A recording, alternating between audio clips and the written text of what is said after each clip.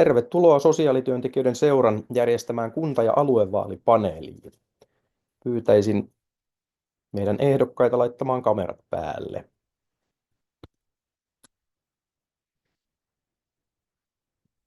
Kiitoksia.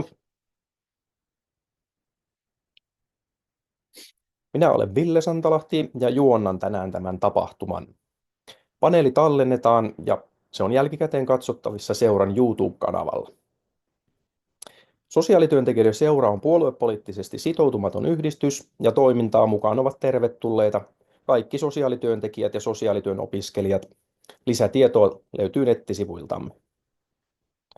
Suosituksena jokaiselle on valita sieltä koko näytön tilasta, täältä Zoomin oikeasta yläkulmasta sellainen view, kohdasta speaker-vaihtoehto. Näin puhuja näkyy aina isona ja muut näkyy pienenä. Meidän puheenjohtajamme Veera Niemi pitää huolen siitä, ettei aikataulu veny. Koska teitä on 7 panelistia, rajoitamme vastaamisajan per kysymys 1 minuuttiin. Veera näyttää Zoomin peukutustoiminnolla, tai itse asiassa nyt sieltä toisella toiminnolla, ruudussa on merkkiä, kun vastausaika on 10 sekuntia, mutta sanoo sitten myös mikrofoniin aika, kun vastausaika päättyy. Pyrin täältä laittamaan nämä kysymykset myös aina tuonne chattiin, kun kysymys vaihtuu. Ja tapahtuma päättyy kello 19. Vaikka tämä on paneeli, kun teitä on nyt 9, niin me joudumme aika paljon menemään niin, että te vaan vastaatte kysymyksiin, mutta saatte silti pyytää puheenvuoroa sieltä sitten nostamalla kättä ja hieman omavaltaisesti niitä jaan, mutta pyrin pitämään tämän hyvin tasaväkisenä kuitenkin, että kaikki saisi saman verran keskustella. Katsotaan, keretäänkö kaikki kysymykset käymään, teillä on niitä etukäteen tullut.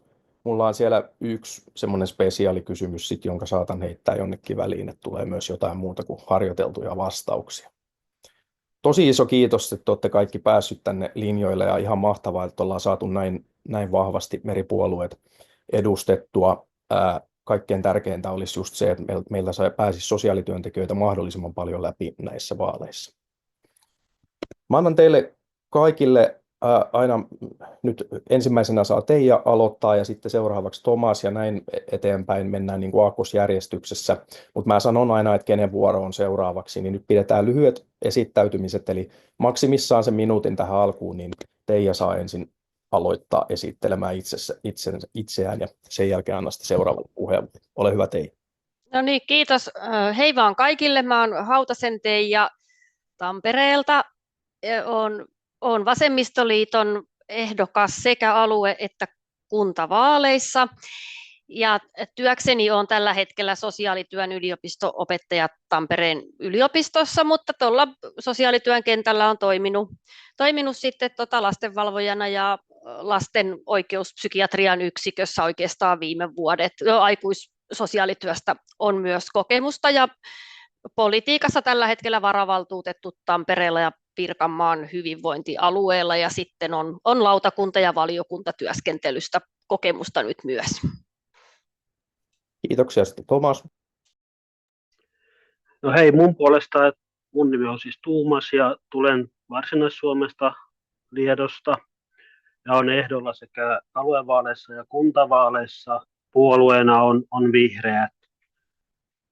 Sosiaalityöntekijän lisäksi on uusperheneuvoja, lastensuojelun edunvalvoja ja myöskin toimin tällä hetkellä perhehoitajana, että on vähän niin kuin eri näkökulmista on kosketuspintaan näihin teemoihin.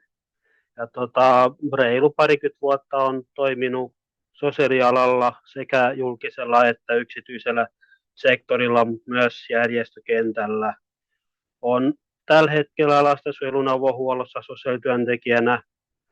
Täällä Raisiossa on pääpaikka tällä hetkellä ja kokemusta on kertynyt sekä sairaalamaailmasta, päihdepsykiatriasta, aikuissosiaalityöstä ja sitten lastensuojelu, sijaishuolto, lapsiperheiden sosiaalipalvelu, eli tällainen pakettiadoptiotyötä myös tehnyt Pelastakaa lapsissa. Kiitoksia. Seuraavaksi Kirsi.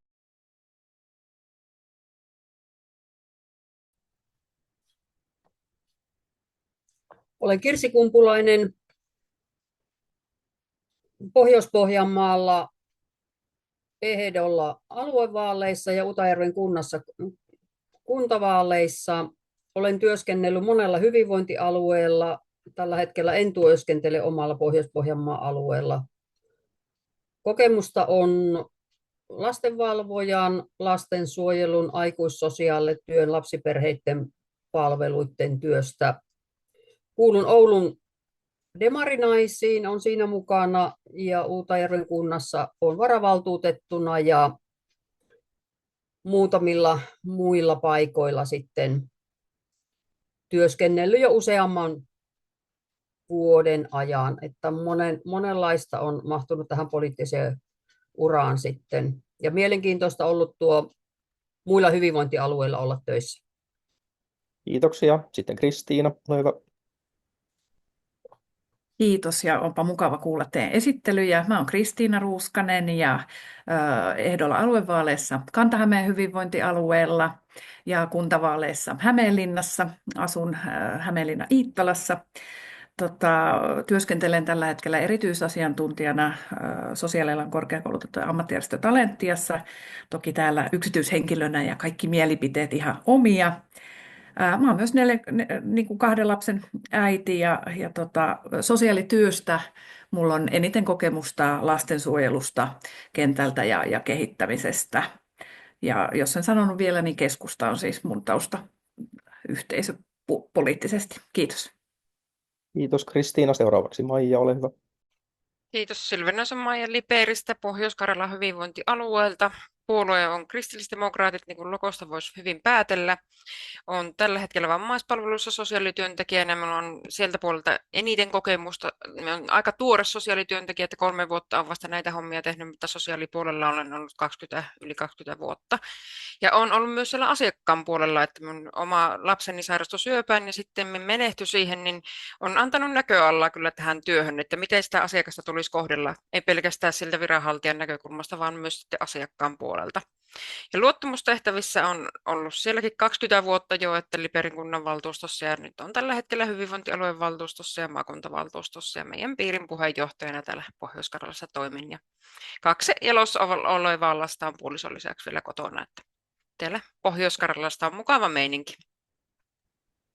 Kiitos Maija. Seuraavaksi Mirjami, ole hyvä. Kiitos. Eli mä oon tosiaan Mirjami Tuomikoski. Mä tuun täältä Pohjois-Espoosta, Länsi-Uudeltamaalta. Mä oon työskennellyt aika monenlaisissa sosiaalipalveluissa, lastensuojelussa, kotoutumispalveluissa, työikäisten palveluissa, mielenterveyspäihdepalveluissa ja psykiatrisessa sairaalassa. Ja tällä hetkellä mä oon Länsi-Uudenmaan hyvinvointialueella johtavana sosiaalityöntekijänä. No sitten mä voisin sanoa sen verran, että mun perheeseen kuuluu 4 lasta, taikka nuorta, ja puoliso ja koira. Ja sitten luottamustehtäviä mulla on tällä hetkellä hyvinvointialueen valmius- ja turvallisuuslautakunnan varajäsenyys sekä sitten Länsi-Uudenmaan käräjäoikeuden lautamies. Ja on sitten joitakin vanhempia luottamustehtäviä ollut aikoinaan ennen hyvinvointialueita. Kiitos paljon Mirjami ja sitten vielä ennen ensimmäistä kysymystä niin Jouni.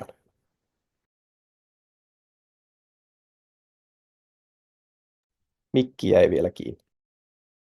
Entä sattuu? Pieniä teknisiä häiriöitä kansainvälisessä kuvayhteydessä. Kiitän. Nyt kuuluu varmasti. Jouni Vallin Etelä-Pohjanmaalla Kurikassa. Kurikan kaupunginvaltuuston toinen varapuheenjohtaja hyvinvointialueella on yksilöjaostossa jäsenenä ja sitten tuolla poliittiselta puolelta, mä en ole varma onko se poliittista puolta, Vaasan hallinto-oikeuden asiantuntijajäsen sosiaalipuolen asioissa. Ja koulupuolella, en sitä ennen lastensuojelussa 6-7 vuotta ja 15 vuotta sitten piti lähteä käymään koulupuolella ja nyt on 17 vuotta hurahtanut toisella asteella ammattikoulupuolella ja nyt Etelä-Pohjanmaan hyvinvointialueen vastaava koulukuraattori. Taustapuolue on perussuomalaiset, puolue on valinnainen, mielipiteet omia. Näillä mennään. Kiitoksia kaikille oikein paljon. Sitten siirrytään suoraan ensimmäiseen kysymykseen, joka on tällainen kuin mainitse 2 tärkeintä sosiaalityön asiakkaiden olosuhteisiin liittyvää kysymystä, joihin haluaisit muutosta. Eli 2 tärkeintä asiaa. Ja lähdetään nyt niin, että Tuumas saa aloittaa. Ole hyvä Tuumas.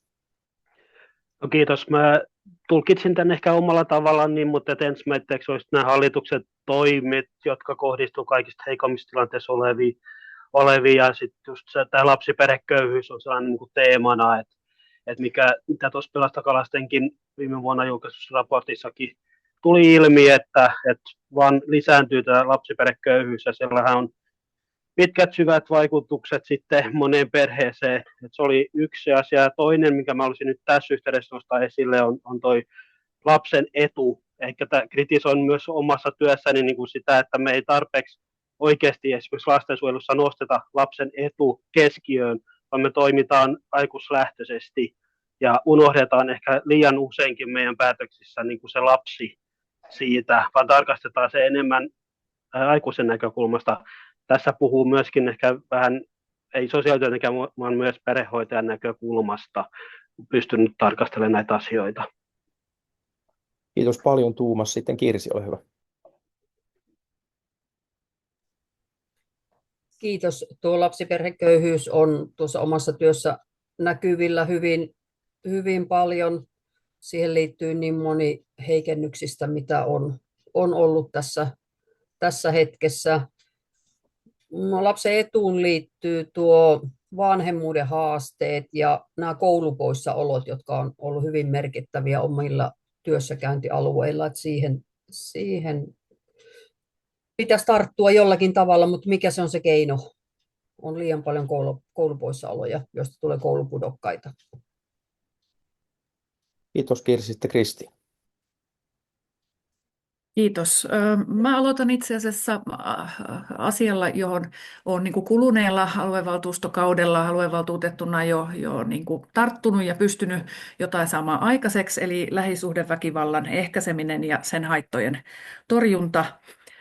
Valtuustoaloitteeni johdosta, niin meidän siis koko aluevaltuusto on sitoutunut ja asettanut sen niin kuin strategiseksi painopisteeksi. Meillä on toimintaohjelma ja on myös resursseja osoitettu tämmöiseen niin kuin ylisektorirajat ylittävään lähisuhdeväkivallan ehkäisytyöhön.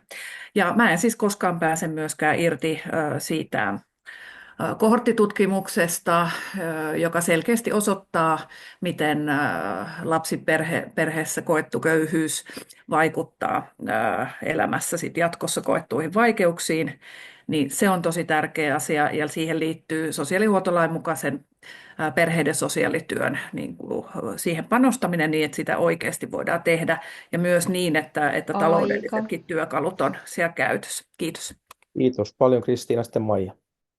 Joo, kiitos. Minä näkisin tällä hetkellä aika isona tämän digiosattomuuden, että meillä palveluita säästöpaineiden takia laitetaan verkkoon ja meillä on paljon asiakkaita, joilla ei ole mitään mahdollisuuksia saada niitä kontakteja, kun heillä ei ole joko niitä laitteita tai sitten ei ole niitä välineitä, niin kuin, ei ole taitoja käyttää niitä ja silloin he jäävät ihan osattomaksi. Tämä kostautuu niin kuin monella eri tavalla, koska tämä lisää myös sitä eriarvoisuutta kaikilla tasoilla, kaikilla palvelualueilla, että jos on lapsiperhe tai sitten vaikeavammainen, niin kuin mitä omat asiakkaat pääosin on.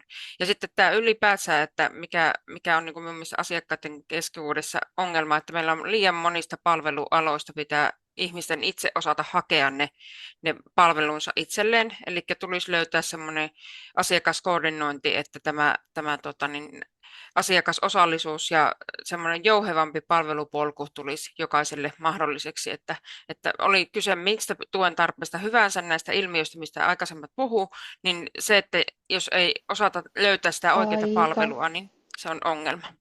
Kiitos Maija. Sitten Mirjami.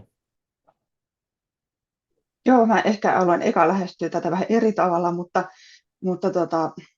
tosiaan mä ajattelen, että ehkä kaksi sellaista, mitä nyt tällä hetkellä itse olen paljon miettinyt viime aikoina, on asunnottomuuden ehkäiseminen.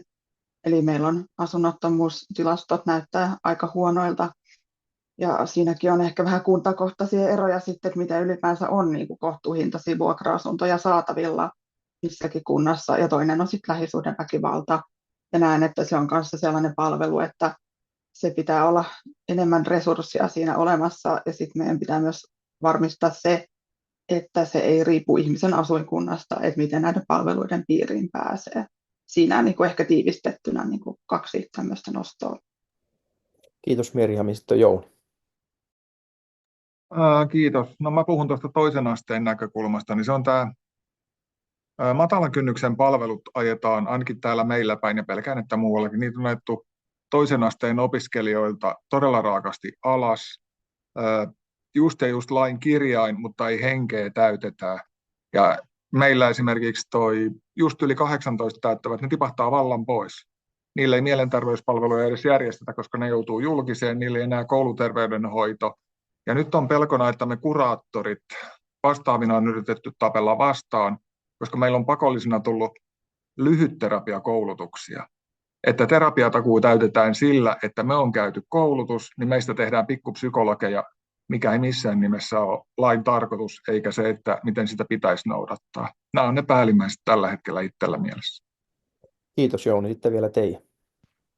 Joo, kiitoksia ja kiva oli kuulla muiden ajatuksia, tosi hyviä. Mä lähestyin nyt taas vähän niin kuin taas eri näkökulmasta, siis mietin sitä, että mikä asiakkaiden olosuhteisiin, niin kuin mitä itsellä eka tässä mieleen, että siis pätevän sosiaalityöntekijän palveluahan toivoisin kaikille asiakkaille ja myös sellaisen, joka pysyy työssään mahdollisimman pitkään, että mä ajattelen, että se pätevyys ja pysyvyys on niin kuin laatu- ja asiakasturvallisuusasioita ja ne on niin kuin kovia kokemuksia asiakkaille, että kun kauhean usein vaihtuu ja muutaman kuukauden väleinkin voi vaihtua ja moni asiakas on niin haavoittuvassa asemassa ja kovia kokenut, että niin kuin luottamus kaikkeen ja palveluihin ja ihmisiin niin kuin katoo siinä rallissa.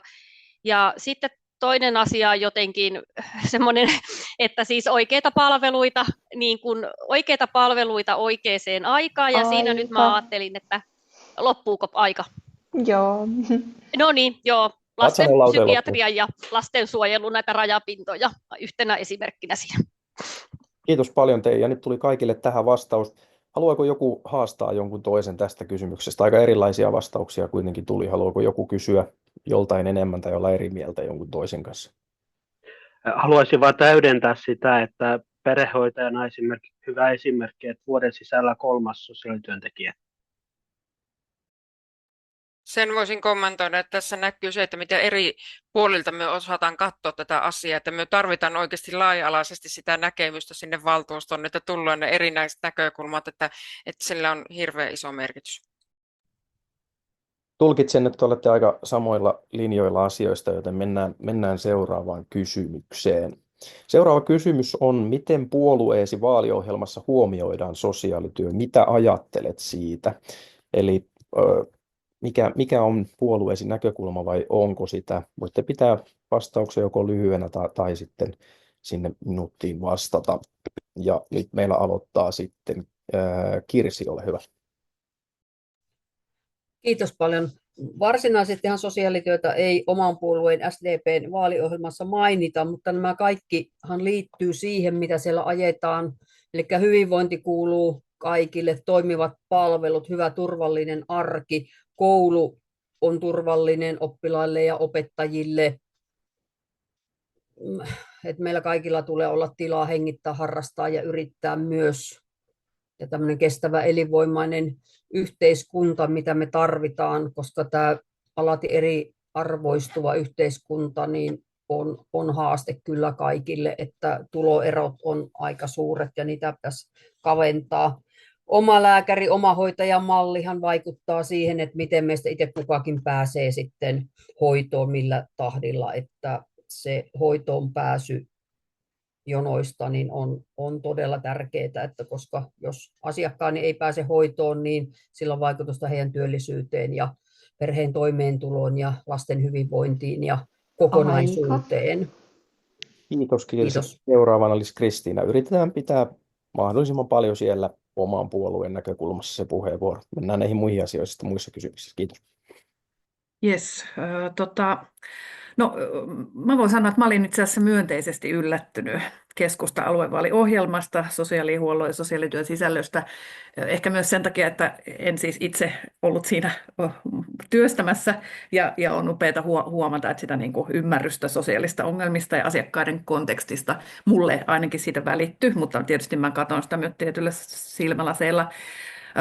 Keskustalle on tärkeitä lähipalvelut, niin siis siihen tuodaan mukaan myös sit sosiaalityöperuspalvelut, ja on tärkeää olla saavutettavia läheltä. Esimerkkinä aikuissosiaalityö, kuntouttava työtoiminta. Ennaltaehkäisystä puhutaan paljon, lasten kotipalvelua ja sijaisvanhemmuuteen liittyviä työelämän joustoja ajetaan, kokemusasiantuntijoiden huomiointia. Ja sitten yksi musta aika mielenkiintoinen nosto, eli sosiaalihuoltolain mukaisten lastensuojeluilmoitusten käsittelyn kytkeminen niin kuin asianosaisten osalta aikuissosiaalityön tai sitten päihdepalvelujen tarpeen arviointiin. Tämä oli musta aika mielenkiintoinen. Kiitti. Kiitos Kristiina. Sitten Mai. Joo, kiitos. Kristillisdemokraatit on hyvin laaja-alaisesti mielestäni ottanut nämä sosiaalipalvelut huomioon. Eihän se terminä siellä lue, mutta lapsiperhepalveluista perhekeskus edellä mennään. Ja se, että yksilöllisesti ihmiset saa palveluja, niin vammaiset kuin työikäiset kuin päihde- ja mielenterveysongelmaiset, tai sitten mitä äsken puhuttiin, niin lähisuhdeväkivalta, mikä on ilmiönä ihan järkyttävää, niin siihenkin on meidän ohjelmassa puututtu. Ja kaikki nämä on niin kuin taustalla siihen, että pitäisi olla yksilöllisiä palvelupolkuja ja riittäviä resursseja ympäri Suomea eri puolilla, huolimatta siitä, missä se ihminen asuu, että on niin kuin lähipalveluna se sosiaalityö, koska se on yleensä sitä ennaltaehkäisevää palvelua, ja jos se tehdään kunnolla, niin se säästää myös sieltä sitten erikoissairaanhoidosta ja muusta, mikä ei tähän sosiaalityöhön itsessään liity, mutta kaikki aina kertaantuu. Tiedetään, että asiakkaat on yleensä näitä moniongelmaisia ja haavoittuvassa asemassa olevia, niin hyvä ohjelma, olen ehdottomasti sen takana. Kiitos Mai, ja sitten seuraavaksi Mirjami. Joo, kokoomuksen aluevaaliohjelmassa on itse asiassa mainittu sosiaalipalvelut. Ja ajatellaan, että toimivat sosiaalipalvelut ehkäisevät myös niitä isompia haasteita. Ja sitten on myös mainittu, että ei haluta, että ihmisiä lähetetään luukulta toisille, vaan että panostettaisiin siihen aitoon kohtaamiseen ja kriisitilanteessa saisi apua heti. Sitten siellä on muutamia esimerkkejä nostettu, kuten matalan kynnyksen palvelut riippuvuuksista kärsiville, asunnottomien aseman parantaminen, sitten on lähisuhdeväkivallan parempi tunnistaminen ja siihen puuttuminen ja ihmisten itsemääräämisoikeuden tukeminen. Tämä liittyy erityisesti ikääntyneiden palveluihin, sitten myös ihmisten osallisuuden vaikutusmahdollisuuksien tukeminen, lasten ja nuorten perheiden palveluiden varhainen puuttuminen ennaltaehkäisevällä työskentelyllä. Ja mä olen aika pitkälti on näistä ihan samaa mieltä, koska näen, että se kohtaaminen ja se, että asiakas on oikeassa paikassa eikä häntä lähetetä luukulta toiselle, on niin kuin erittäin tärkeää. Ja jos pyöritetään pelkkiä papereita, niin silloin ne tuen tarpeet saattaa monesti jäädä piiloon. Kiitos Mirjami, ja sitten pallo Jounille. Kiitoksia. Joo, mä en muista kuka äsken sanoi, mutta olin kanssa lähes iloisesti yllättynyt, että on. Ja ihan hyvin on puhuttu työvoiman saatavuushaasteista ja että kelpoisuusehdot pitää säilyttää. Kolmannelle sektorille on paikkansa, eli mennään aika lailla ylätasolla se menee, että yksityiskohtaisempaa olisin toivonut. Mutta ihan hyviä asioita, että omaiskoti, laitoshoito, niiden korostaminen ja lähipalveluita kaikki korostaa. Se on hienoa, että kaikkien meidän puolueet korostaa hienosti lähipalveluita ja sosiaalityötä, mutta mä luulen, että toivottavasti me päästäisiin kaikki läpitteet tuota sitä oikeasti muillekin tietoa, mitä sosiaalityö on, koska me ollaan vähän, miten sen nyt sanoisi hienosti, itsekin huomannut aluevaltuustossa, me ollaan terveydenhuollon ruma pikkusisko tai veli, mikä lyödään vähän sinne kaapin taakse piiloon, että ei kai sitä kissaa häntää ketään nosta, jos ei me. Kiitoksia. Kiitos Jouni, sitten Teija. Kiitos. Olin kanssa nyt sitten luin oikein meidän ohjelmaa kanssa etsien tätä sosiaalityösanaa ja olin siitä iloinen, että ihan paitsi sosiaalipalveluista ja erilaisista matalan kynnyksen palveluista, niin oli siis siitä niin kuin sosiaalityön vaikuttavuuden ja laadun edistämisestä, ja erityisesti haluan tässä ehkä nostaa tuon, että on ohjelmassa se, että lastensuojelun sosiaalityöntekijällä ei olisi enempää kuin 25 lasta, että tämä oli ehkä semmoinen niin kuin selkeä yksittäinen ehdotus ja tietysti niin kuin riittävät resurssit lastensuojeluun, mutta siis muutenkin tätä vaikuttavuuden ja laadun puolesta ja sosiaalityön ja matalan kynnyksen palveluja lähisuhdeväkivaltaa kokeneille ja näin poispäin. Tässä ehkä se ydin, minkä itse sieltä luin. Kiitos teille, ja sitten Tuomas vielä. Joo, no mä ajattelin, että vihreillähän on perinteisesti jo ollut luonnonsuojelun lisäksi niin lapset, nuoret, perheet, ihmisoikeudet, tasa-arvo, vähemmistöt, koulutus on ollut niin kuin siinä fokuksessa, mikä on sitten näkyvissä myös näissä ohjelmissa ja mitä on korostettu lasten oikeuksien toteutuminen, ennaltaehkäisy, että päästäisiin siihen varhaisessa vaiheessa puuttumaan asioihin, mutta myöskin se yhteistyö, eli hyvinvointialue ja kuntien välillä pitää saada rakennettu se yhteistyö myös toimimaan ja lapsiperheköyhyys ja köyhyyden torjunta ylipäätänsä ja nuorten syrjäytymisen ehkäisy ja nämä on niin kuin sellaisia teemoja, mitä vihreissä on korostettu. Kiitos Tuomas. Unohdin mainita, mutta hyvin olette tuoneet esiinkin, eli muistakaa mainita puolueenne mieluiten aina siinä heti alussa, niin kaikki pystyy seuraamaan, että mistä puolueista vastauksia tulee. Haluaako joku vielä tästä aiheesta kysyä joltain tai haastaa tai muuten jatkaa keskustelua? Kristiina, ole hyvä. Kiitos. Ehkä niin kuin tämmöinen utelias nosto. Perussuomalaisten edustaja toi esiin itse nämä kelpoisuusehtojen, että niistä pidettäisiin kiinni, mutta perussuomalaiset on tässä hallituksessa nimenomaan on heikentämässä tilapäisenä toimivien kelpoisuusehtoja ja mulla on semmoinen, mä en niin kuin sieltä teidän aluevaliohjelmasta niin kuin löydä tämmöistä kannanottoa, mutta on tosi hienoa, jos olet niin kuin itse sitä mieltä. Miten Jouni vastaa? Mä vastaan just niin kuin, että puolueen valinnainen mielipiteet omia. Ikävä kyllä en ole päässyt ohjelmaa kirjoittamaan ja en mä allekirjoita minkään puolueen ohjelmasta kuin 60% en omastanikaan. Että sekä kunnassa, kun ollaan hallituksessa tai aluehallituksessa, niin siellä ei siellä puolueella käytännössä ole merkitystä, vaan se, että osaa tuoda asiansa sillä lailla esille, että saa muut sen taakse. Siinä istutaan saman pöydän vieressä ja mietitään, että mitä me tälle asialle tehdään ja mikä on järkevin. En mä osaa tämän paremmin vastata. Voiko joku vielä lyhyesti jatkaa keskustelua vai mennäänkö seuraavaan kysymykseen? Tuomas, ole hyvä. No, tähän haluaisin just vaan lisätä just se, että siksi olisikin tärkeää, että meitä sosiaalityöntekijöitä tulisi valittua näihin valtuustoihin, jotta me saadaan niin kuin eri puolueiden sisällä tuotua esille meidän niin kuin näkemystä tästä kentästä ja kokemusta niin kuin asiakkaistamme. Kiitos näistä mielipiteistä. Sitten siirrytään seuraaviin mielipiteisiin, mistä aikamoista vääntöä myöskin käydään. Eli miten sosiaalityön veto- ja pitovoimaa teidän mielestä saadaan parannettu? Mitä tärkeimpiä tekijöitä siihen? Kristiina saa aloittaa, ole hyvä. Kiitos. Lähtökohtaisesti palkan ja työolojen pitää olla kunnossa. Mitä se työolojen kunnossa oleminen olisi? Toi työkykyjohtaminen, niin siinä siis jotenkin semmoinen erikoistuminen nimenomaan sosiaalityön erityispiirteisiin olisi musta tosi tärkeää. Työuran alussa olevia pitäisi tukea erityisesti ja sitten samalla kuitenkin koko matkan varrella, työelämän varrella niiden urapolkujen niin kuin monipuolistaminen myös horisontaalisesti. Mä ajattelin, että me voitaisiin olla vähän luovempia, että kaikki ei välttämättä halua tehdä esihenkilötehtäviä, mutta voisi jollain muulla tavalla sitten kehittää sitä omaa urapolkua. Hyvinvointialueilla erityisesti niin kokemus siitä, että on oikeasti aito mahdollisuus vaikuttaa omaa työtä koskeviin ratkaisuihin, niin kyllä sillä ajattelen, että on tosi iso merkitys.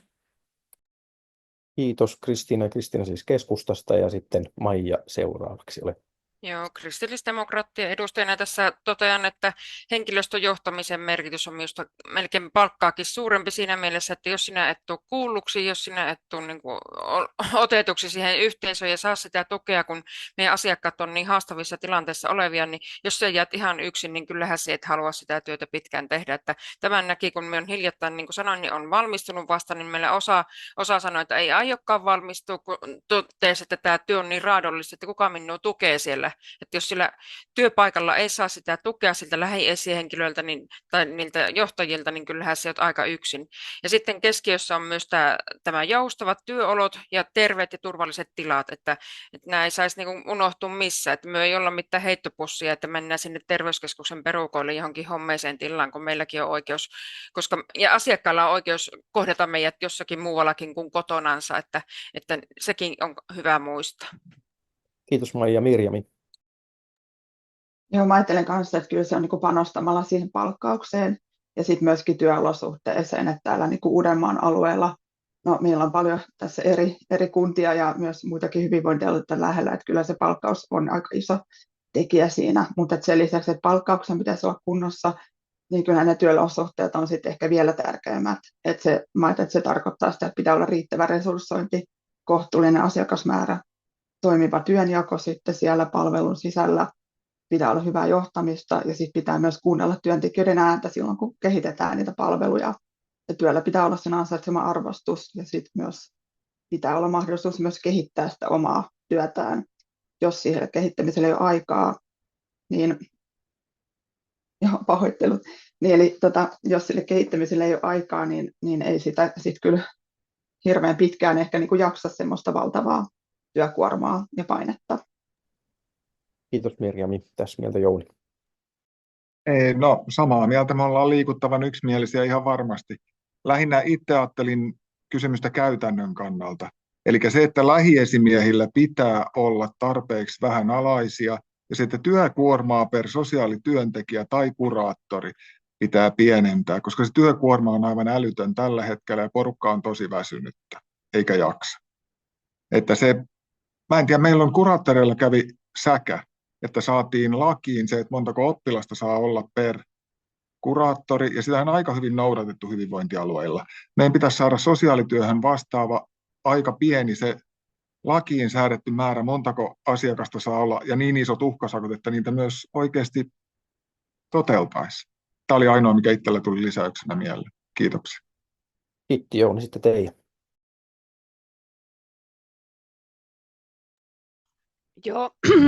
Joo, ja Vasemmistoliitosta tosiaan, niin mä komppaan tässä moniakin paljon ja olen myös sitä mieltä, että palkka on tärkeä, mutta se johtaminen ja se, miltä ihmisestä tuntuu mennä töihin ja minkä verran pystyy niin kuin sitä omaa päivää asiantunteva ammattilainen niin kuin suunnittelee ja ihan tavallaan se, että koetko työssäsi olevasi semmoinen sote-muurahainen, joka teet asioita ehkä jopa muiden määräämällä tavalla, vai pääsetkö olemaan niin kuin oman työs ja asiakkaiden asioiden asiantuntija, jonka se päätösvalta tarvittaessa on niin kuin aitoa ja voi sitä omaa osaamistansa käyttää. Ja sitten se hyvä perehdytys on kyllä ihan ehdotonta, ja se, jos sillä voidaan edes vähän vaikuttaa siihen, että nuoret ei uupus heti työelämänsä alkumetreillä ja opiskelijat jo pelkäisivät. Tiimi ja parityö kyllä todella semmoinen, jos siihen päästään sillä tavalla, että se on aitoa. Kiitos Teija. Sitten Tuomas. Joo, niin tässä on tullut jo, että palkka on tietysti yksi tekijä, mutta johtaminen mun mielestä on niin kuin todella tärkeä työolosuhteet. Suhteella on merkitystä esimerkiksi just pitovoimaan, joita tästä nostettiin, kun just siirryn lähiesihenkilöistä aika laaja alue ja muuta, että olisi pitänyt 3 niin kuin eri yksikköön tavallaan jakaa omaa aikaa, niin ei se kauhean hyvin kyllä esihenkilönkään näkökulmasta toiminut, saatikka sitten työntekijän näkökulmasta, mutta sitten myös nämä toimivat työvälineet, että itse nykyään liikun bussilla, niin sitten on se ongelma esimerkiksi täällä ei ole autoa, millä mä voisin niin kuin mennä asiakaskäynneille, kotikäynneille ja muuta. Parityöskentely on se, mikä pitäisi huomattavasti parantaa myöskin, mutta tämä terveellinen, rauhallinen työympäristö. Et täälläkin jaetaan 3 työntekijän kesken niin kuin pientä tilaa ja näin poispäin, niin se luo omat haasteensa. Mutta sitten oli tietysti tämä asiakasmäärä, että lastensuojelussa pidetään huolta siitä, että sitä ei nyt ainakaan poisteta. Mieluusti saisi vähentää sinne 2-5, mutta sitten ylipäätään työn arvostus tai tuntuu, että lääkärit, psykologit, niitä arvostetaan, mutta meitä ei. Kiitos. Kiitos Tuomas. Kirsi. Kiitos. Puolue on SDP, niin kyllä tuo palkka-asia on, jolla on merkitystä siihen vetovoimaan, että sinne lähtee sinne työyhteisöön mukaan. Sitten siellä työyhteisössä pitovoimaan vaikuttaa se esihenkilöjohtaminen, työkuorma, oman työn sääteleminen, että saat itse sen oman kalenterin määritellä, sä saat työparia, tiimityöskentely, työhyvinvointiasioihin panostetaan, sä saat tukea siellä, jos siellä tulee niitä haasteita, että ei työntekijä jätetä yksin, häntä kuunnellaan siellä paikan päällä.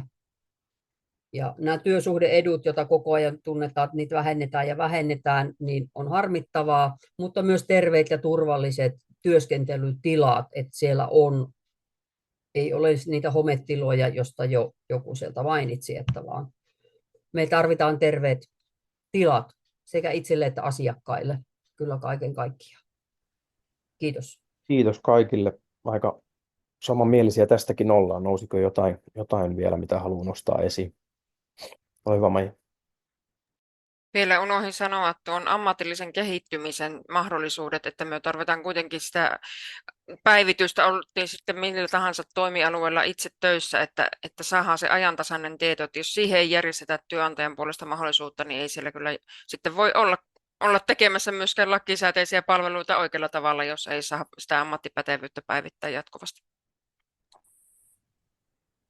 Kiitoksia. Sitten hypätään seuraavaksi siihen, että kun rahaa on kuitenkin hyvin vähän, niin mitäs pitäisi tehdä? Eli miten sinä juuri tai teidän puolueenne kohdentaisi hyvinvointialueiden talouden tasapainottamiseksi tarvittavat säästötoimet? Olipas se vaikea sanottava. Ja nyt meillä aloittaa sitten Maija. Ole hyvä, Maija. Joo, kiitos. Yksikkökustannukset olisi saatava niin kuin tietoon kaikista meidän tekemistä palveluista. Se on aika vaikuttavuuden ja näyttöön perustuvaan johtamisen perusasia, että tietää, että mitkä palvelut kuormittaa ja mitkä ei, ja sitten voidaan niistä sitten ottaa niin kuin löysiä pois, jos nyt jossakin on vähän hankalaa on sanoa, että onko enää missä. Sitten tietysti näistä tiloista on luovuttava, ja niitä meidän puolue esittää, että maakuntien siihen tilakeskuksille nämä kunnan ja alueiden nämä ylimääräiset tilat myytäisiin ja niiden hallinnoimaksi, että ei rasita kuntien eikä alueiden taloutta. Ja tietysti tietojärjestelmät on tärkeää saada joustaviksi, ettei tarvitse kymmenien eri järjestelmiin kirjata, koska se vie aikaa ja se vie rahaa, ja sitten etenkin jos ne on vanhoja, niin ne on hankalia. Puoluetuet minimiin, että siihen on laitettu hyvinvointialueella hyvinkin paljon euroja. Minun mielestä se pitäisi saada konkreettisesti meidän arjen työskentelyyn eikä niihin piilopuoluetukiin, että niistä ainakin nyt lähtisin. Kiitos, Maija. Sitten Mirjamille. Joo, kiitos. Ja tosiaan olin kokoomuksesta. Mä ajattelen, että tätä ei pysty oikein lähestymään ehkä kuin vain oman hyvinvointialueen osalta, koska hyvinvointialueet on aika erilaisia, niillä on myös erilaiset tilanteet. Mutta mä ajattelen niin kuin Länsi-Uudenmaan osalta sitä, että meillä on niin kuin tälle vuodelle 30 miljoonan euron tasapainotus, ja se on ilmeisesti noin niin kuin puolet siitä, mitä se on ollut tuossa aikaisemmin. Ja sitten meillä on ollut YT-neuvottelut vuonna 2023 sekä sitten 2024, ja tälle vuodelle meillä on muun muassa asiakasmaksuja nostettu. Mutta mitä mä näen, että voitaisiin sitten tässä kohdassa niin kuin tehdä säästötoimenpiteenä, no mä kanssa ajattelen, että ehkä niitä puoluetukia, niitä voitaisiin pienentää, sitten voitaisiin panostaa entisestä omaa henkilöstöä, vähentää henkilöstövuokrausta. Ja mä näen myös, että oman henkilöstön tuottama osaaminen palvelujen kehittämisessä on myöskin niin kuin järkevämpää kuin se, että käytetään rahaa kalliisiin konsulttipalveluihin. Se on ehkä sitten yksi tämmöinen myös. Ja isoilla hyvinvointialueilla on myös hyvin isot hallinnon rakenteet, ja ehkä sitten mä myös tarkastelisin sitä, että onko siellä sitten jotakin keventämistä vielä. Kiitos. Sitten Jounille. Kiitoksia. Tuossa tuli itse asiassa aika paljon asioita, mitä kaikki ollaan varmaan taas liikuttavan yksimielisiä näistä. Se, mitä itsellä täällä Etelä-Pohjanmaalla on matka pitkiä, täällä pannaan pieniä teekoita syrjistä kiinni, niin tämä ambulanssi- ja kelataksiralli on täysin järjetön. Että olen yrittänytkin tuonne hallituspäähän, jos saisi jotain järkeä, että siirretään nämä kelataksit hyvinvointialueiden oman kustannuksen maksettavaksi, niin ei ole mitään, silloin tulee halvemmaksi pitää nämä pienet TK auki, kun sulkee niitä. Nyt kun se menee yhteiskunnan pussista toiseen, niin valtio maksaa hyvinvointialue tuhlaa surutta, koska se tulee valtiolta. Ja samaa mieltä noista piilopuoluetuista, että ne on täysin turhia. Ja se, mitä on täällä itse asiassa ihan työntekijöiden kesken, luottamusmiesten kesken puhuttu, niin kukaan työntekijä, kun meilläkin on jatkuvat YT:t, ei suutu siitä, jos sanotaan, että tänä vuonna 2 viikkoa lomautusta, valitte itse päivät, ota koska tykkäät, mutta nyt meillä tulee jatkuvaa organisaatiouudistusta, jatkuvaa 2 päivän pakkolomautusta kuukauden 2 välein, niin se on se, mikä rasittaa ihmisiä. Jos on valmis systeemi, mikä pysyy, se ei rasita. Kiitos Jouni Teijallista. Joo, mietin ihan ekana ajattelin kritisoida sitä, niin kuin, että mistä säästetään, että käykö sitten sillä lailla, että jos niistä peruspalveluista ja ennaltaehkäisevistä asioista häthätää säästetään, niin sitten ne on kohta ollaan kalliimpien kustannusten äärellä, niin kuin tiedetään. Eli itse ajattelin, että niitä panostuksia sinne niin kuin perusterveydenhoitoon, muihin niin kuin peruspalveluihin ja siihen sosiaalityön niin kuin varhaiseen puuttumiseen niin kuin panostamalla voisi ajatella, että sillä myös säästetään, ja näissähän on välillä onnistuttu myös aika nopeallakin tahdilla tässä maassa, ja sitten sitä kriittistä suhtautumista ostopalveluun ja ostopalveluiden hintoihin ja sitä, että missä ruvetaan pistämään niille niin kuin kattoa. Kiitos teille ja sitten Tuomakselle. Joo, eli vihreistä, niin ensinnäkin hyvinvointialueiden rahoituksen kokonaistasoon pitäisi korjata vastaamaan todellisia kustannuksia. Sitten toinen on se, että tähän tarvittaisiin kyllä aikaa, että pari vuotta lisää aikaa alijäämien kattamiseksi, koska nyt tuntuu siltä, että on kauhean kiire ja helposti tehdään nopeita ja huonosti harkittuja leikkauksia, joka saattaa tarkoittaa sitä, että nämä kustannukset vaan räjähtää sitten tulevaisuudessa. Että tarvittaisiin vähän niin kuin malttia tähän niin kuin tilanteeseen nyt, että saadaan aikaa. Toki sitten miettiä, että karsimisten sijaan niin miettiä kustannussäästöjä, saadaanko toimintatapoja uudistamalla ja tehostamalla, ja sitten täytyisi oikeasti miettiä, että koska on järkevää minkälaisia ostopalveluita, koska se on järkevämpää tuottaa omia palveluita, että me pystyttäisiin vertaamaan näitä myöskin kustannuksiltaan, mitä se tarkoittaa. Ja sitten ehkä tulevaisuudessa niin verotusoikeus on sellainen, mikä vihreät ajaa, niin kuin, että oikeasti hyvinvointialueet saisi sen verotusoikeuden ja tähän sitten omat systeemit. Kiitos. Kiitos Tuomas. Sitten Kirsille. Kiitos puolue SDP. Niin hyvinvointialueiden organisaation omissa kuluissa pitäisi pystyä säästämään eikä ottaa ihmisten palveluista. Toki ne ostopalvelut, niitä kannattaisi karsia mahdollisimman vähiksi ja laittaa joku hintakatto lääkäreille tai muille ostopalveluihmisille. Ja näitä turhia johtoportaita, niitä olisi syytä kaventaa, vähentää. Eli siellä on henkilöitä, joiden työtehtäviä osa tekee ikään kuin samaa, pitäisi yksinkertaistaa, mutta myös ylempien päättäjien ja kokouspalkkioiden summat on herättäneet hyvin paljon keskustelua tällä alueella.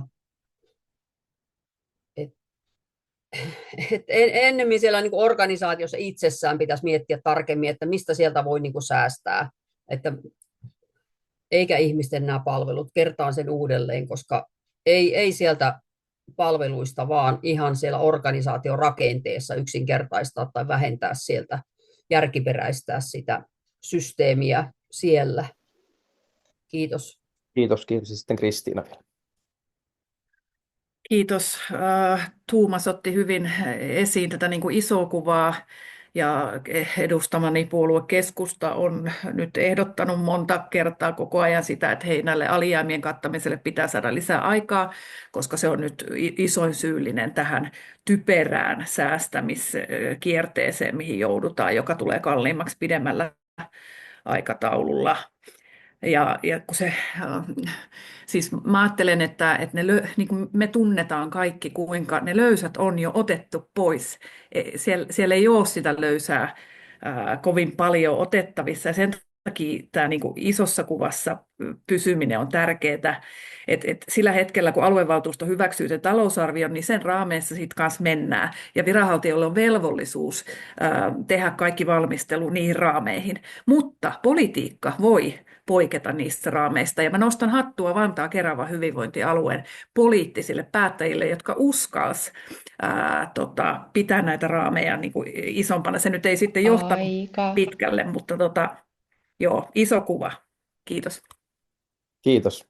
Siellä ainakin verotusoikeus sai Jounin pää vähän heilumaan. Nostakaa ne kädet pystyyn, ketkä olette sitä mieltä, että verotusoikeus voisi olla sellainen asia, joka ratkaisisi ongelmia.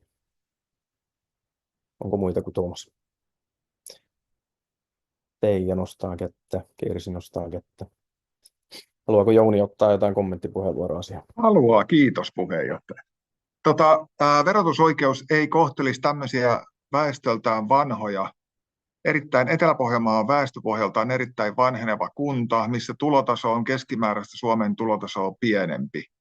Niin se kohtelisi erittäin väärin. Meillä on korkea veroprosentti jo nyt, ja jos hyvinvointialue joutuu verotusoikeudella toteuttamaan tietyt palvelut vanhenevalle väestölle, se veroprosentti nousee isoksi.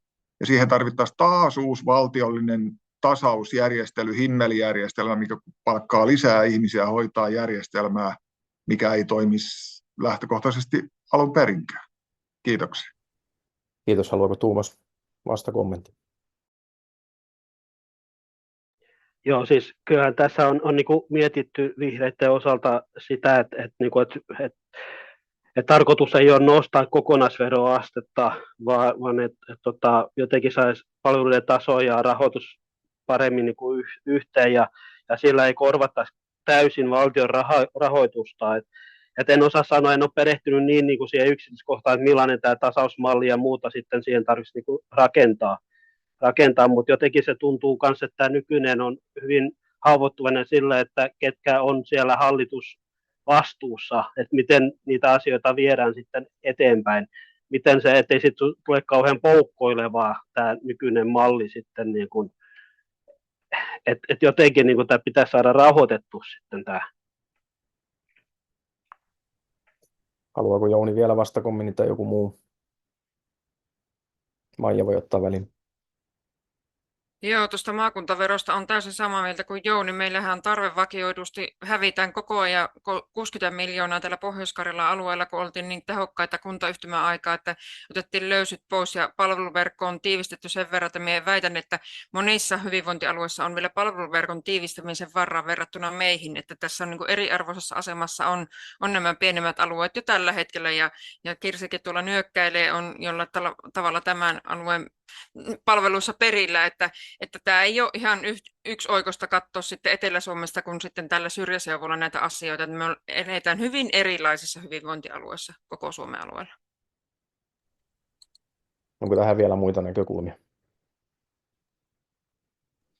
Oikeastaan, jos saa täältä heittää, niin lähinnä se, että siitä varmaan ainakin itse, mä en tiedä onko muut samaa mieltä, mutta että näitä hyvinvointialueilta alun perin haluttiin älyttömästi liikaa. Se pitäisi olla keskussairaalavetoista ihan tyynesti ja pienemmät hallintohimmelit. Sehän on se yksi iso ongelma. Että yksikään puolue ja poliittiset päättäjät ei tee poliittista itsemurhaa.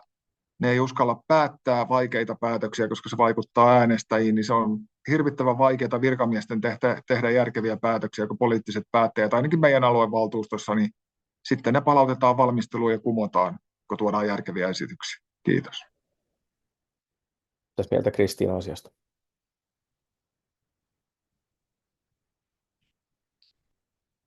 Annatko mulle puheenvuoro vai? Kyllä. Näetkö, kun mä niin kuin pyörittelin päätäni ja nimenomaan tämä on hyvä käydä sitä keskustelua siitä, että minkä kokoista hyvinvointialuetta me tarvitaan, ja olen eri mieltä Jounin kanssa siitä, että mun mielestä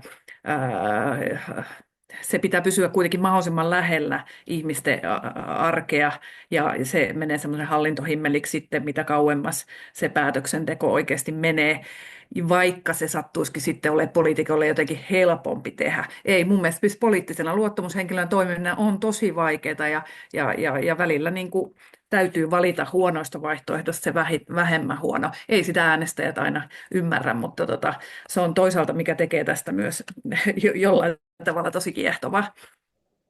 Kiitos kaikille. Se oli hyvä, että saatiin hiukan eroavaisuutta tässä kysymyksessä. Saatiin vähän jännitystä tähän peliin. Mutta mennään seuraavaan. Saanko vielä kommentoida? Lyhyen kommentin vielä. Joo, lyhyt kommentti. Samaa mieltä kuin Jouni tuosta, ja näin myös, että se olisi myös niin kuin riski se verotus sille alueelliselle palvelutason eriarvoistumiselle. Tässä lyhyt kommentti. Kiitos paljon. Nyt mä pistän tämän puheen poikki. Meillä on vielä 11 minuuttia, niin ainakin yksi kysymys saadaan. Ja otan nyt tähän sellaisen kysymyksen, mikä teillä ei etukäteen ollut valmisteltavana. Eli miten arvioit, että sosiaalihuollon asema on kehittynyt hyvinvointialueilla verrattuna kunta-aikaan? Eli miten arvioit, että sosiaalihuollon asema on kehittynyt hyvinvointialueella verrattuna kunta-aikaan? Ja nyt annetaan tästä ensimmäinen puheenvuoro Mirjamille. Ole Mirjam, hyvä. Joo, kiitos. No, mä näen, että se kehityskulku ei ole ollut sen kaltainen kuin se olisi ollut syytä olla. Eli itse ehkä niin kuin näen, että kunta-aikana on ollut ehkä jossain määrin jopa helpompi niin kuin pitää sitä sosiaalityön ääntä kuuluvilla. Et ehkä mä ajattelen, että tämä hyvinvointialueen uudistus, niin siinä on näkynyt nimenomaan se, että viime vaaleissa ja nytkin vaaleissa niin tuntuu, että puhutaan niin kuin paljon nimenomaan terveysvaaleista. Että se sosiaalipalvelut unohtuu sinne, ehkä vähän niin kuin pelastustoimikin. Niin se on niin kuin se, mikä minua tässä huolestuttaa, ja sen takia mä niin kuin näenkin, että tarvitaan justiinsa meitä sosiaalityöntekijöitä valtuustoihin, että me saadaan sitä sosiaalityön ääntä kuuluviin, ja että me saadaan se kehityskulku muutettua niin, että sosiaalipalvelut olisi tasavertainen terveyspalveluiden kanssa. Nyt mä ehdin jo ehkä unohtaa sen kysymyksen, että vastaisiko tämä nyt siihen sitten yhtään. Kyllä se ainakin sinne päin meni. Eli miten No arvioit niin. sosiaalihuollon asema on kehittynyt hyvinvointialueella verrattuna kunta-aikaan, oli kysymys. Seuraavaksi Jounille, ole hyvä.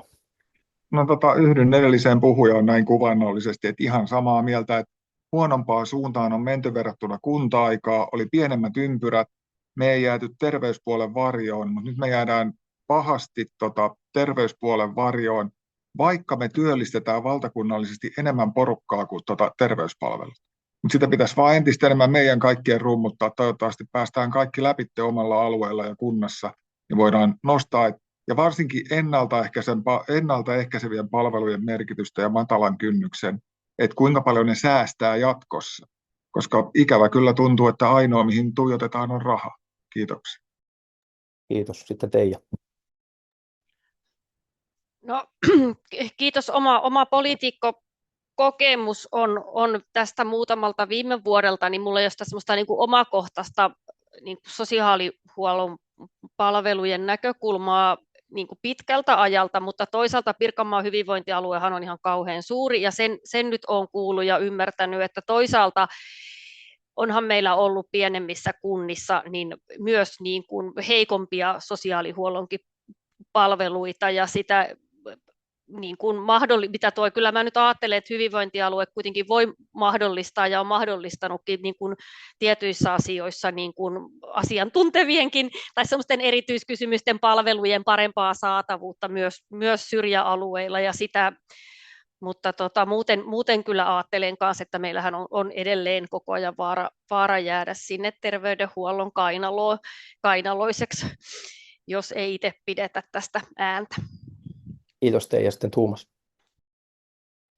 Joo, no sanotaan näin, että Varsinais-Suomikin on hyvin heterogeeninen alue, saaristo ja kaikki tällaista. Sanotaan näin, että joissakin kunnissa on selkeät parannusta ehkä palveluiden ja sosiaalityön niin kuin ensin nousulla, mutta sitten on myös ehkä nämä isommat kaupungit, mitä täällä on jo ollut, niin tapahtunut heikennystä siihen kunta-aikaan nähden. Ja se, mitä jo tietenkin itse ärsyttää, niin on se, että terveyspuoli edellä mennään kaikissa keskusteluissa ja kirjoituksissa ja muuta, että se sosiaalityö jää sinne aina niin kuin alakynteen tavallaan, niin siksi mitä tässä on sanottu kanssa, että toivottavasti mahdollisimman moni meistä pääsisi valtuustoon, että saataisiin nostettu sitä sosiaalityön arvostusta myöskään sitä näkökulmaa paremmin esille, että osa on voittanut tässä, osa kunnista ja osa on hävinnyt. Kiitos Tuomas ja sitten Kirsi. Kiitos. Kyllä näin, että huonompaan suuntaan on mennyt, koska työkokemusta on sieltä kunta-ajalta ja siellä oli helpompi tehdä päätöksiä ja hoitaa asioita, kun se siellä kunnassa oltiin pienemmässä mittakaavassa kuin mitä tällä hetkellä, koska niitä lupia ja kaikkia pitää pyydellä ja odottaa päätöstä jostain muualta. Että ollaan siellä terveydenhuollon alapuolella ikään kuin, sieltä tulee paljon sanelupolitiikkaa meille, että mitä sosiaalityöntekijän pitää tehdä jonkun asiakkaan eteen esimerkiksi, että he haluaa olla yläpuolella meitä. Valitettavat toivon myös, että mahdollisimman moni sosiaalityöntekijä pääsee vaaleissa eteenpäin ja pääsee valtuustoihin sanomaan sanansa siellä, jotta voidaan nostattaa tätä sosiaalihuollon asemaa ja sosiaalityötä paremmalle tolalle, miten tämä tuntuu nyt painuneen niin alas valitettavasti. Kiitos. Kristiina nyökkäilee siellä, onko ihan samoja näkemyksiä? Ihan tosi hyviä näkökulmia.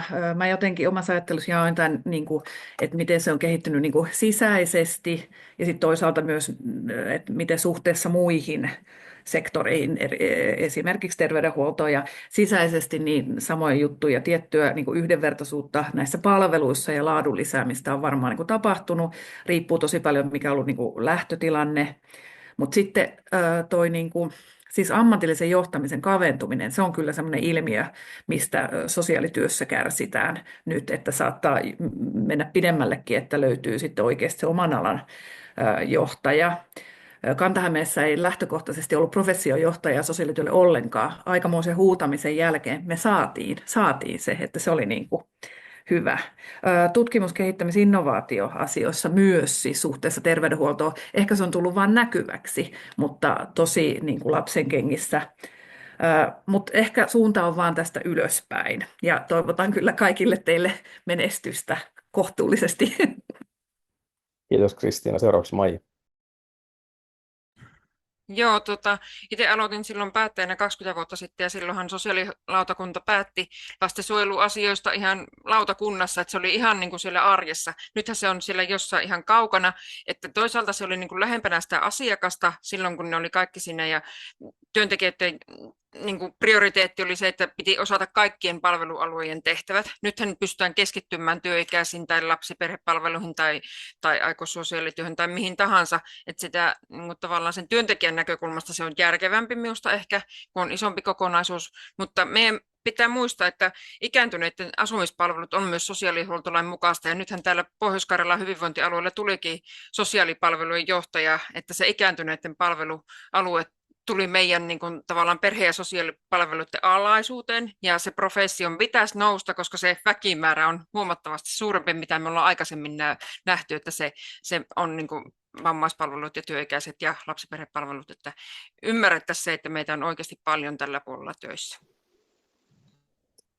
Kiitos. Siinä tuli kaikilta vastaus, eikä ilmeisesti ihan hirveästi ole erilaisia näkemyksiä. Meillä alkaa aika loppua. Haluaisin vielä teiltä ihan semmoisen niin kuin lyhyen 20 sekunnin vastauksen kysymykseen, että mitä te aiotte nyt konkreettisesti tehdä, että sosiaalityöntekijät saisivat teidän kauttanne äänen kuuluviin siellä politiikassa, eli mitkä on semmoiset niin kuin hyvin konkreettisesti, jos muutamalla sanalla sanotte, että miten se ääni saadaan kuuluviin. Lähdetään Jounista vielä viippakierros. Lyhyesti tuoda ennaltaehkäisevää, eli itse on lastensuojelupuolen totta kai sieltä ja koulupuolen. Ennaltaehkäisevän työn merkitystä ja mitä se säästää jatkossa. Ja sama koko sosiaalityöhön, että se on ennaltaehkäisevää matalan kynnyksen halpaa palvelua, koska kaikki loppuviimeksi päättyy pelkkään foininkialaiseen keksintöön, eli rahasta tähän tässä on kysymys. Kiitos. Kiitos Teija. No, mä mietin ihan, kiitos Vasemmistoliitosta, niin sillä konkreettisesti sitä, että kun politiikka kulkee paljon, kokoukset kulkee paljon esityslistojen ja valtuustoaloitteiden kautta, että joka ikisen esiteltävän asian kohdalla miettii sitä, että mitä tämä merkitsee sosiaalityölle, mitä tämä merkitsee sosiaalityön asiakkaiden kannalta. Kiitos sitten Tuomas. Joo, ja jatkan tuosta, että myöskin kaikissa niin kuin vihreiden omissa niin kuin foorumeissa, piirihallituksen kokouksessa tai paikallisyhdistyksen kokouksessa tai muuta, niin aina ottaa esille se sosiaalityön näkökulma. Kiitos sitten Kirsi. Kiitos. Kaiken voi tehdä reilummin ja se, mikä on reilua, on myös järkevää. Ja parannetaan jokaisen suomalaisen arkea ja käydään avointa keskustelua ja tuodaan myös niitä valtuustoaloitteita tai tuodaan omaa mielipidettä siellä ja keskustellaan avoimesti muiden sosiaalityöntekijöiden kanssa, jotta heidän kanta tulee myös näkyväksi. Kiitos. Kiitos Kirsi. Sitten Kristiina. No erityisesti lautakunta- tai valiokuntatyöskentelyssä, niin siis asioiden valmistelijoilta sen varmistaminen, että miten tässä on kuultu sosiaalityöntekijöiden ääntä, sen kysyminen on monta kertaa johtanut siihen, että asioita saattaa jopa palauttaa, kun käy se ilmi, että ei ole kuunneltu riittävästi. Keskusta toi aluevaaliohjelmassaan myös rakenteellisen sosiaalityön huomioimisen, ja sosiaaliset raportit on tosi hyvä työkalu. Kiitos. Kiitos Kristiina. Maija. Joo, tässä tuli jo monia asioita, mutta tärkeimmistä tinkimättä, eli vuoropuhelu kuntalaisten ja sosiaalityöntekijöiden kanssa, se on haasteellinen itsessään, että työssähän sitä ei voi tehdä, mutta sitten jokainen on mahdollista ottaa yhteyttä ja tuoda niitä asioita esille, ja lupaan viedä niitä sekä kunta- että aluevaltuustotasolla esille eteenpäin, että aina kun mahdollista, niin ei kun yhteydenottoja, niin tehdään asialle Aika. yhdessä jotakin. Kiitos ja vielä Mirja. No aina kun mahdollista, niin totta kai pitäisi sosiaalityön ääntä yllä ja tuoda esiin niitä asiakkaiden kokemuksia ja rakenteellista sosiaalityötä myöskin. Ja tätä mä oon nyt tehnyt tälläkin hetkellä oman puolueenkin sisällä ja kaikissa muissakin yhteyksissä. Ja en tyydy olemaan hiljaa, vaan haluan tuoda epäkohdatkin esille. Kiitos oikein paljon teille kaikille panelisteille. Tämä oli Sosiaalityöntekijöiden seuran alue- ja kuntavaalipaneeli 2025. Toivottavasti löysitte sieltä nyt omia puolueita, joita äänestää omilla alueilla. Tämä tulee tosiaan tuonne meidän YouTube-kanavalle nähtäväksi sitten mahdollisimman pian. Nyt, jos et ole vielä Sosiaalityöntekijöiden seuran jäsen, niin pyydän menemään sinne meidän nettisivuille ja sieltä sitten hakemaan meidän jäseneksi. Itse olen ollut jäsenenä hyvin pitkään ja tyytyväinen siihen. Kiitos kaikille